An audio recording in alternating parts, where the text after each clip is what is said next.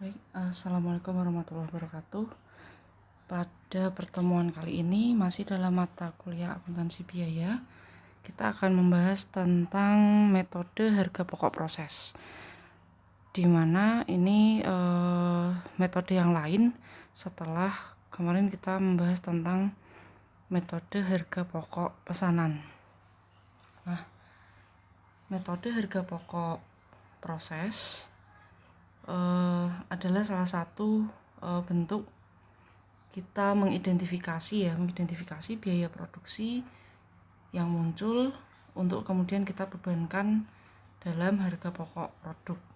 Nah, memang dari harga pokok pesanan, metode harga pokok pesanan itu bermanfaat ya kalau diterapkan pada perusahaan yang produknya itu bisa diidentifikasi berdasarkan pesanan atau per job.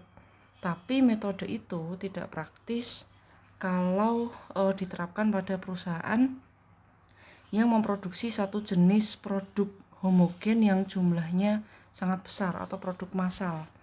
Nah, maka perhitungan harga pokok produksi pada perusahaan yang produknya bersifat produk massal itu digunakan metode harga pokok proses. Nah, perusahaan yang produknya bersifat produk massal itu tujuan produksinya bukan untuk memenuhi pesanan pelanggan, tapi untuk persediaan barang jadi yang disimpan di gudang dan nantinya dijual ke konsumen.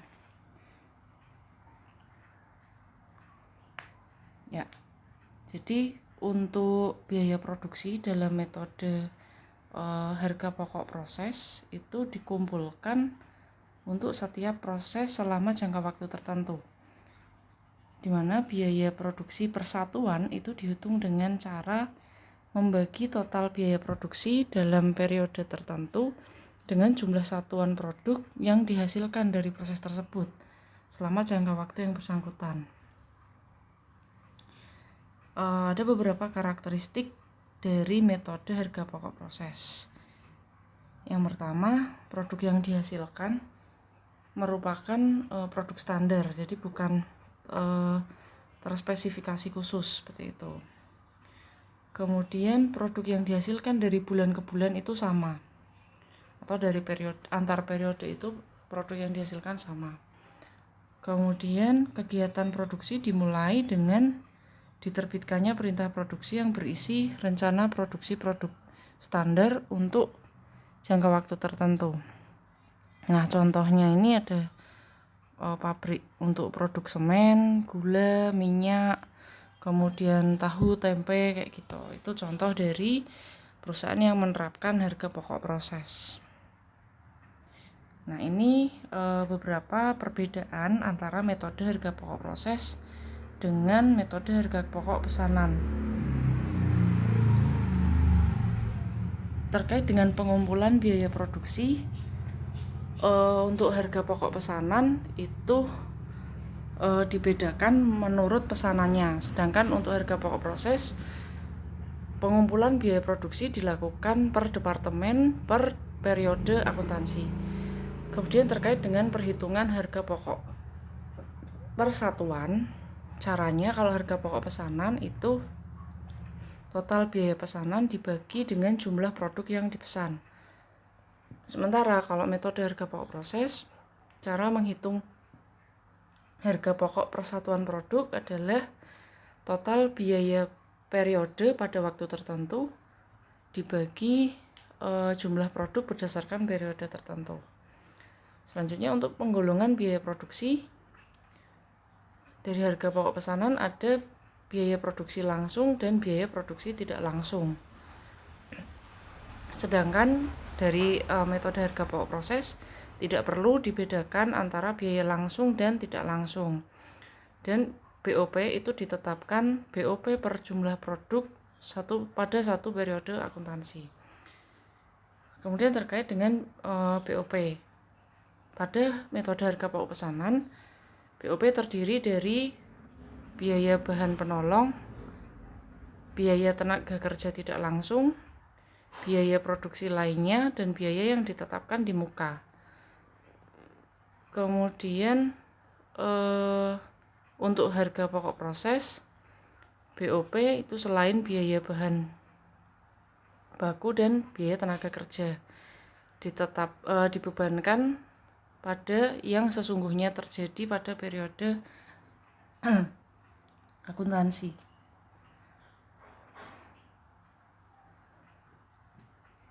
Lalu terkait dengan arus produk pada harga pokok pada metode harga pokok proses,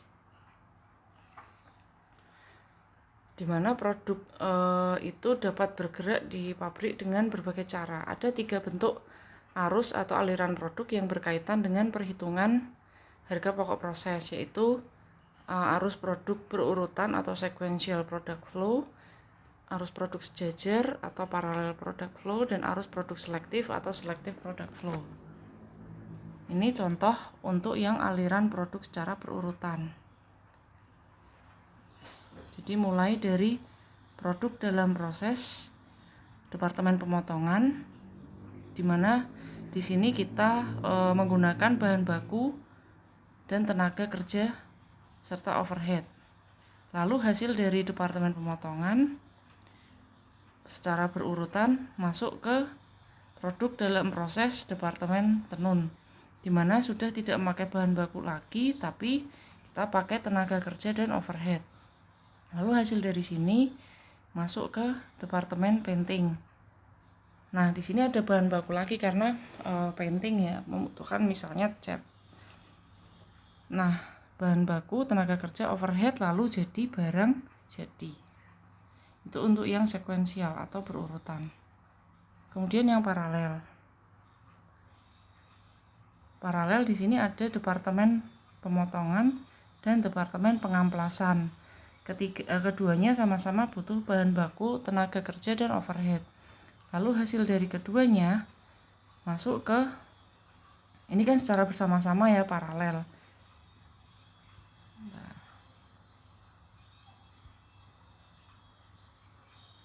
Ini secara bersama-sama atau paralel, kemudian keduanya sama-sama masuk ke departemen peleburan yang membutuhkan tenaga kerja dan overhead.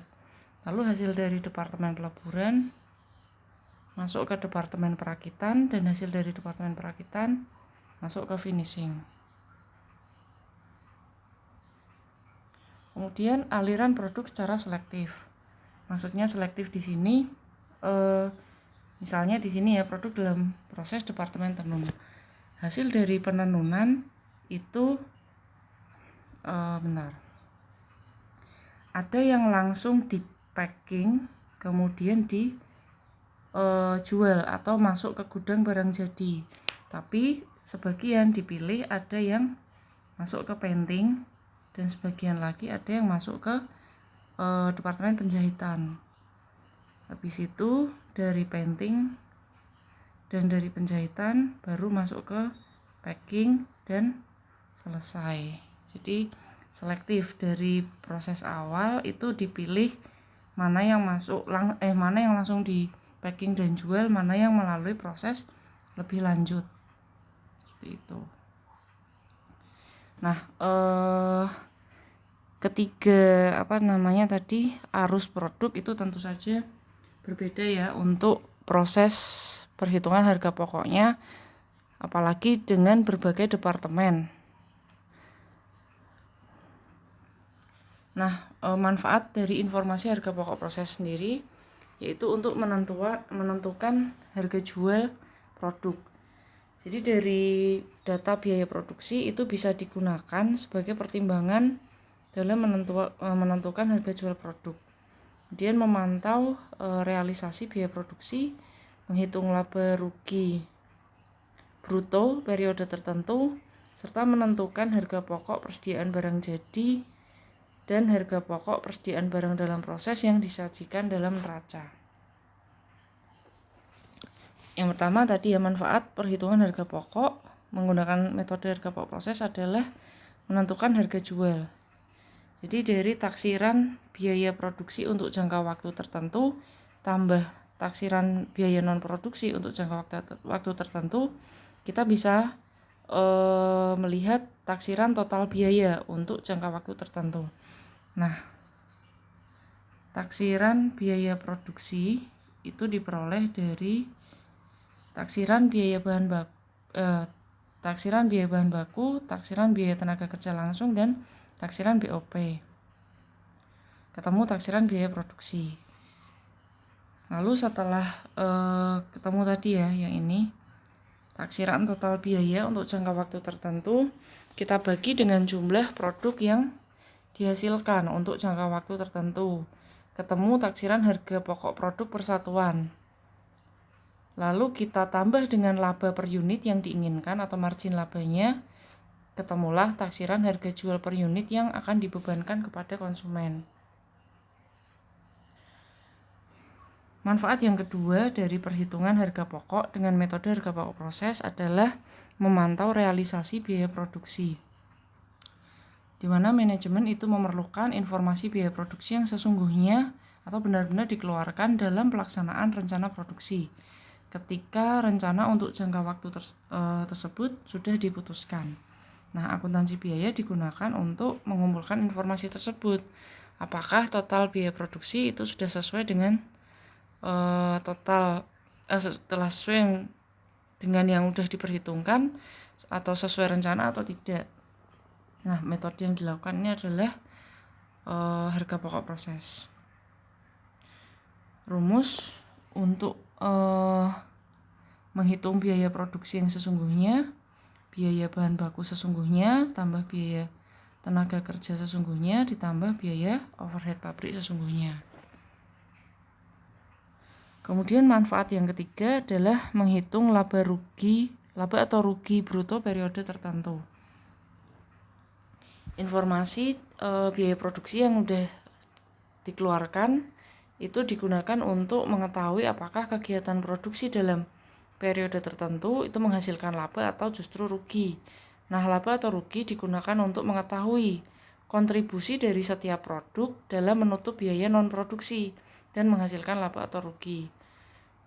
Nah, metode harga pokok proses ini digunakan oleh manajemen untuk mengumpulkan informasi biaya produksi yang sesungguhnya dikeluarkan pada periode tertentu untuk menghasilkan informasi laba atau rugi pada tiap periodenya.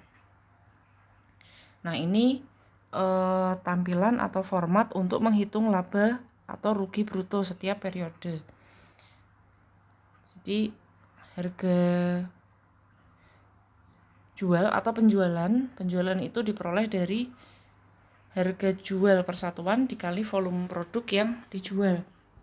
Jadi ini kita tulisnya di sebelah kanan ya, menjorok ke kanan dulu, kita sisihkan.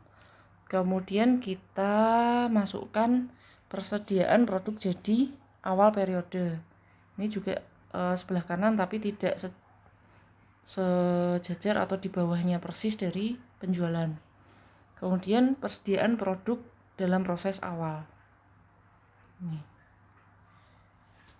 Lalu kita hitung dulu biaya produksi, yaitu biaya bahan, biaya tenaga kerja langsung, biaya overhead pabrik, kita tambahkan, ketemu total biaya produksi.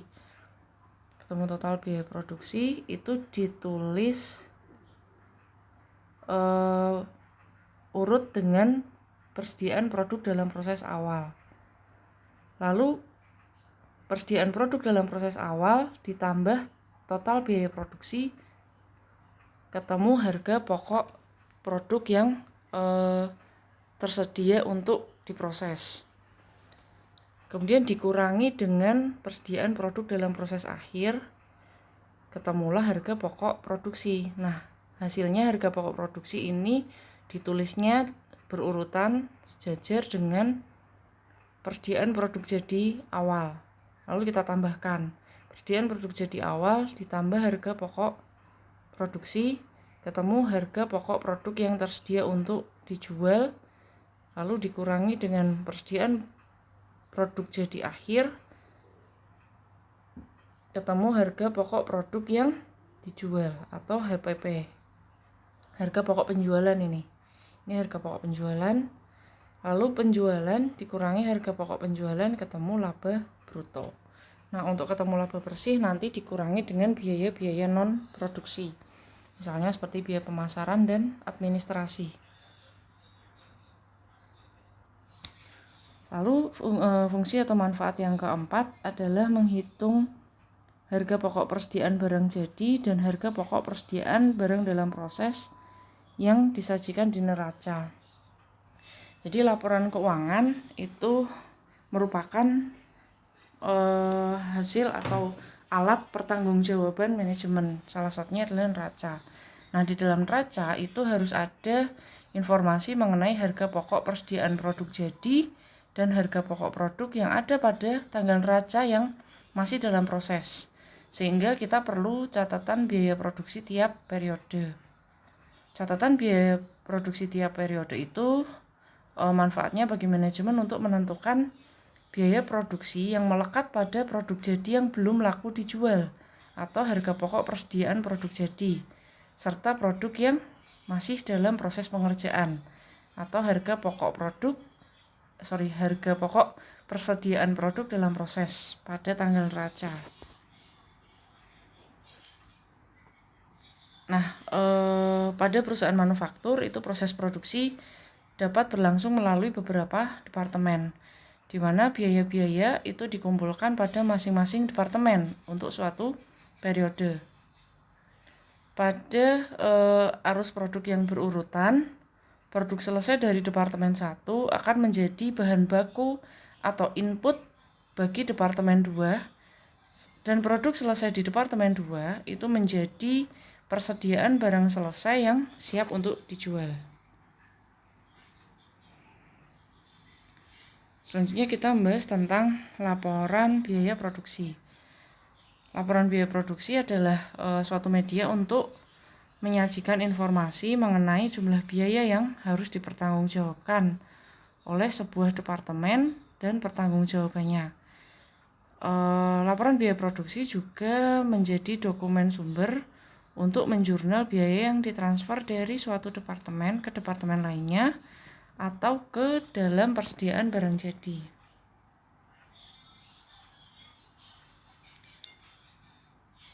Oke, isi dari laporan biaya produksi itu menyajikan yang pertama, biaya total dan biaya per unit untuk produk yang diterima dari satu atau lebih departemen. Lalu biaya bahan baku, tenaga kerja, dan overhead pabrik yang ditambahkan oleh departemen yang bersangkutan. Kemudian biaya persediaan produk dalam proses atau BDP awal dan akhir. Kemudian biaya yang ditransfer ke departemen berikutnya atau ke persediaan barang selesai.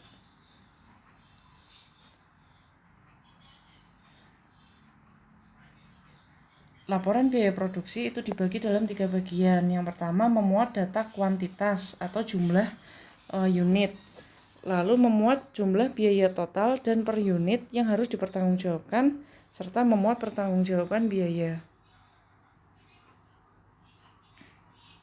Data kuantitas ini berisi jumlah unit produksi yang diproses dalam suatu departemen dalam satu periode dan hasil pemrosesan terhadap unit produk. Di sini data dinyatakan dalam unit produk, misalnya buah, liter, atau kilogram, bukan dalam satuan bahan. Untuk biaya yang harus dipertanggungjawabkan, itu isinya adalah informasi tentang biaya total dan biaya per unit yang diakumulasikan dalam suatu departemen. Jumlah tersebut merupakan jumlah yang harus dipertanggungjawabkan oleh departemen yang bersangkutan.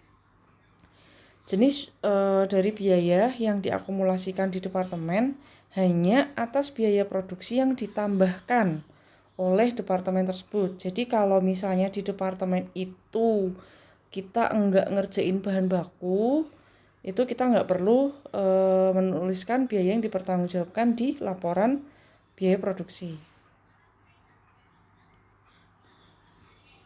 Lalu ada yang namanya unit ekuivalen, yaitu menyatakan banyaknya unit yang sudah menggunakan biaya bahan, tenaga kerja langsung, serta overhead pabrik dalam suatu periode.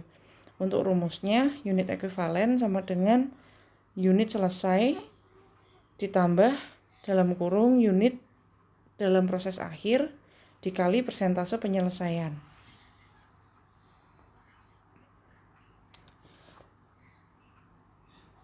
Selanjutnya adalah pertanggungjawaban biaya. Di sini isinya adalah informasi pertanggungjawaban biaya yang diakumulasikan dalam sebuah departemen. Jumlah biaya yang dipertanggungjawabkan dalam bagian ini itu harus sama besarnya dengan jumlah biaya yang harus dipertanggungjawabkan dalam bagian kedua dari laporan yang tadi ya. Nah, ini contoh dari laporan harga pokok produksi. Mulai dari data kuantitas. Ini data mana sih? Data kuantitas, kemudian perhitungan biaya, lalu pertanggungjawaban biaya. Data produksi terdiri dari unit yang dimasukkan dalam proses, kemudian produk jadi yang ditransfer ke gudang, ditambah produk jadi dalam proses akhir. Yang masuk ke proses itu sama dengan jumlah produk yang dihasilkan. Kemudian biaya yang dibebankan pada periode tersebut terdiri dari biaya bahan baku, biaya bahan penolong, misalnya ya ini contoh ya. Biaya bahan baku dan penolong boleh digabung dalam biaya bahan atau dipisah. Kemudian biaya tenaga kerja dan BOP. Lalu terdiri dari total dan biaya per kilonya atau per unit.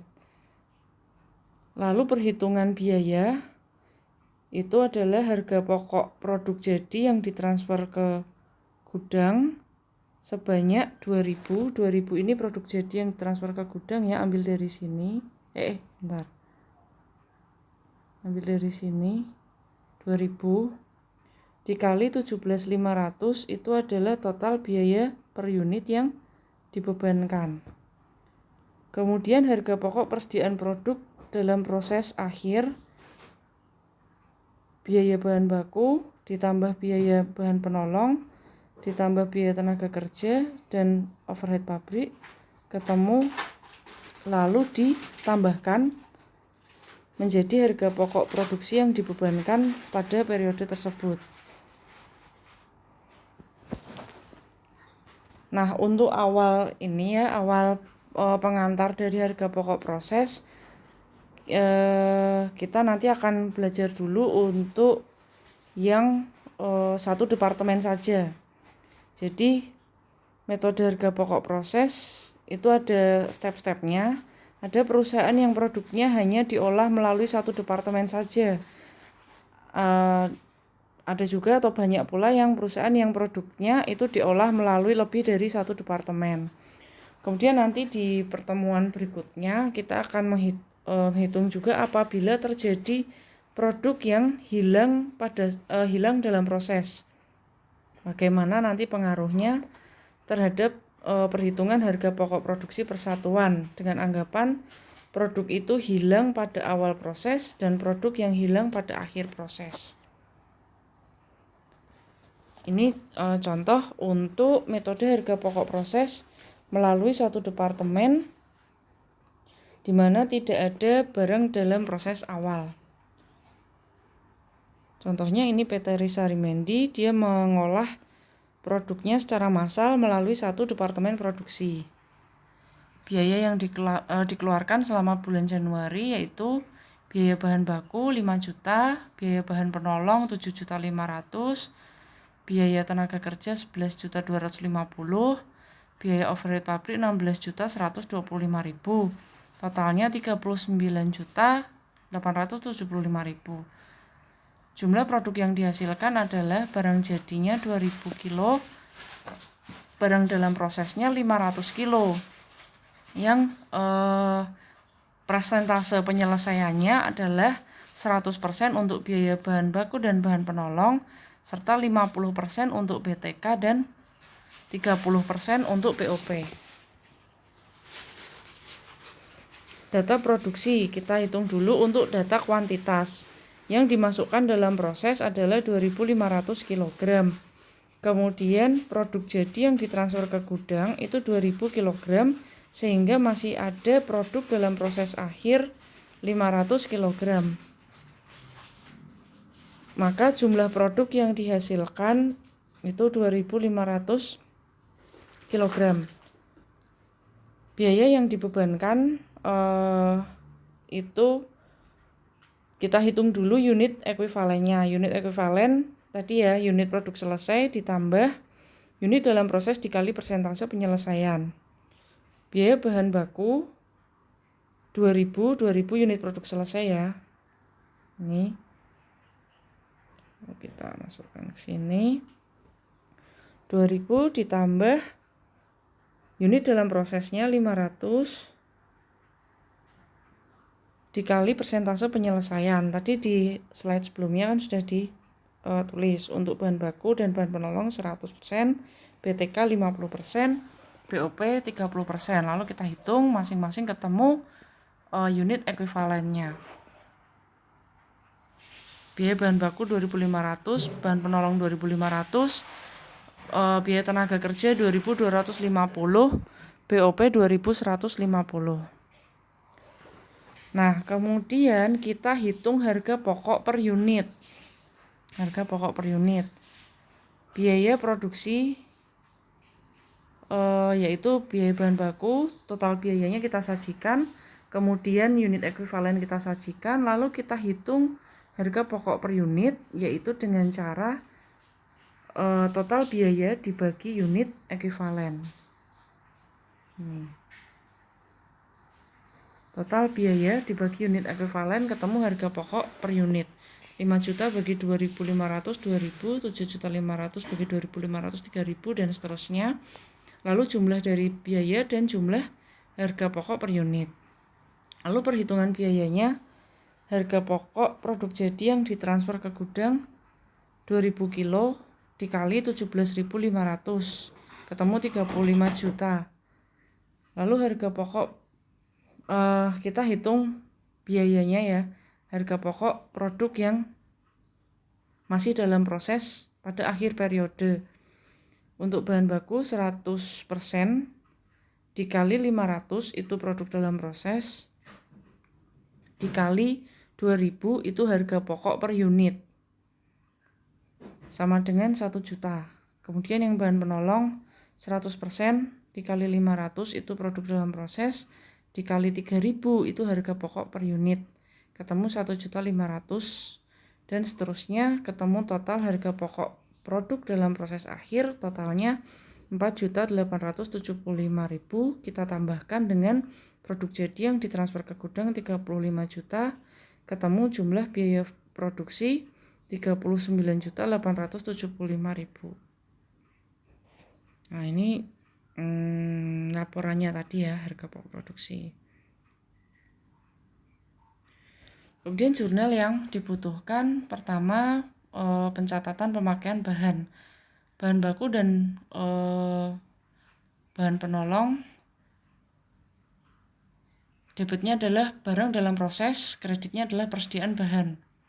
Lalu untuk BTK, debitnya adalah barang dalam proses BTK, kreditnya gaji dan upah.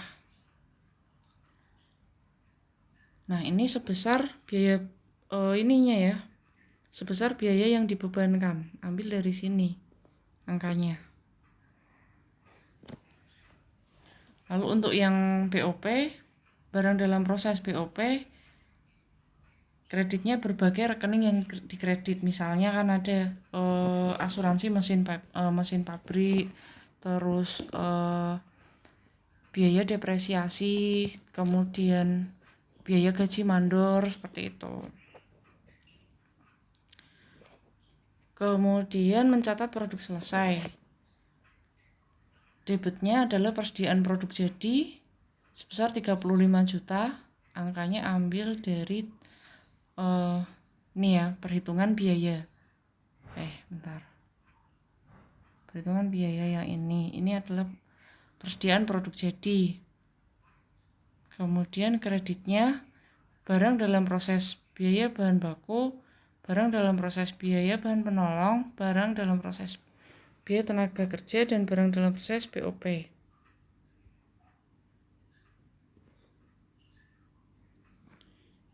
Ini angkanya dapat dari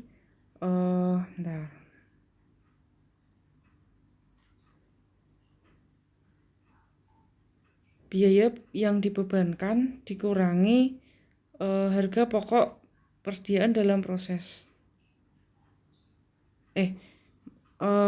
Dari ini harga pokok produk jadi,